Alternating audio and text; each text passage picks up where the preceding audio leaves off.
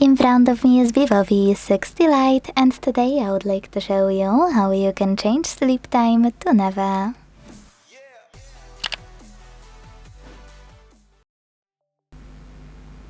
Let's begin by opening Play Store and downloading free app called Covin Keep Screen On from this developer. Not sponsored, by the way.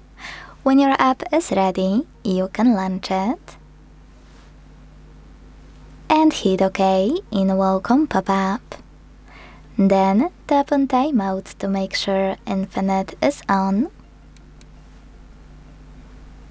and go into Tap menu by swiping down from the top right corner of your screen. Now you need to edit your shortcuts. To do that, click on this icon at the top right corner. Then swipe to the left under Hold and drag to Add Tiles to find new Caffeine shortcut. When you find it, hold it and drag it to your current ones. Let go, go back and click on it. As you can see, mine is blue, which means that Infinite Sleep Time is on. But you can always switch it off by tapping on the same shortcut again.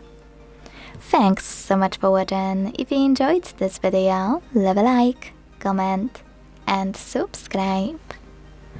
Bye!